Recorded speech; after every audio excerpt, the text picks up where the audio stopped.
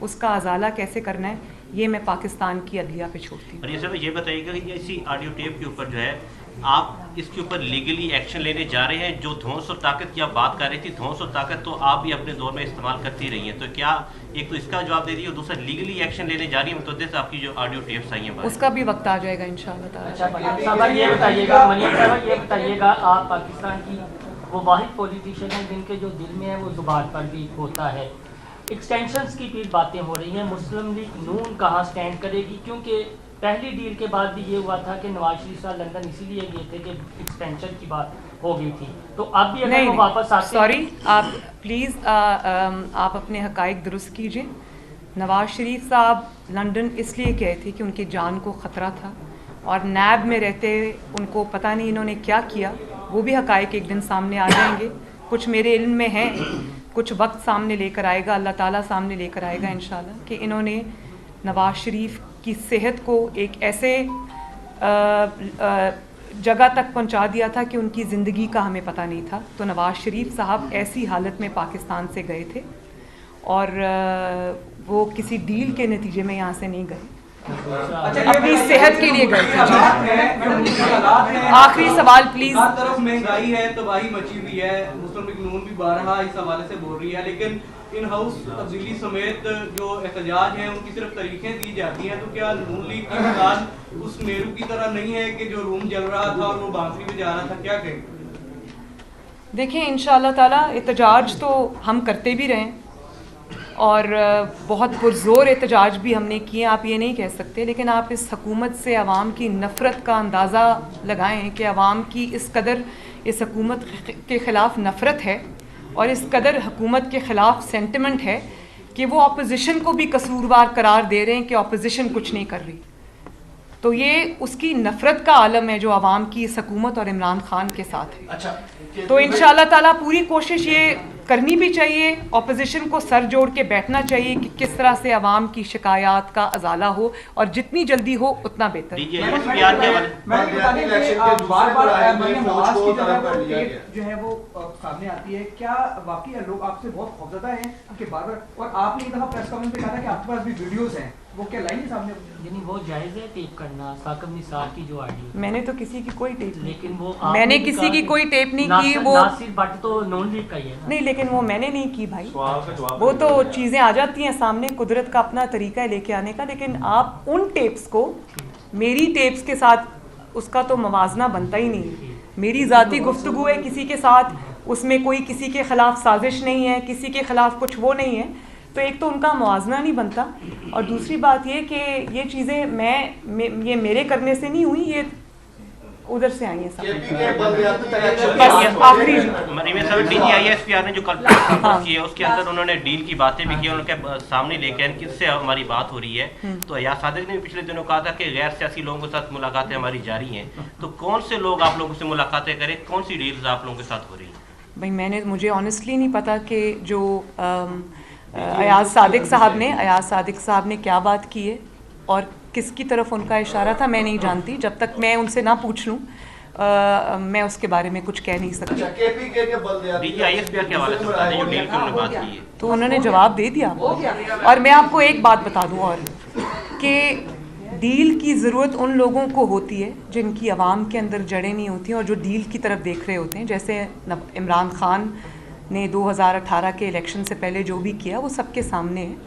جب آپ سارے بائی الیکشنز اٹھا کے دیکھ لیں, آپ عوام کا سینٹیمنٹ اٹھا کے دیکھ لیں, سب جب نون لیگ کے حق میں ہے, الحمدللہ نون لیگ کی آج یاد سب کو آ رہی ہے, نواز شریف صاحب کی, شہباز شریف صاحب کی یاد سب کو آ رہی ہے, اور لوگ ان کو یہ آواز دے رہے ہیں اور یہ کہہ رہے ہیں کہ جس طرح آپ نے ملک کو 2013 میں ٹھیک کیا تھا اللہ تعالیٰ کے فضل و کرم سے, اس مہنگائی سے, اس لاقانونیت سے, اس نالائکی اور نااہلی سے نجات پانے کے لیے لوگ اب دوبارہ نواز شریف صاحب اور شہباز شریف صاحب کی طرف دیکھ رہے ہیں.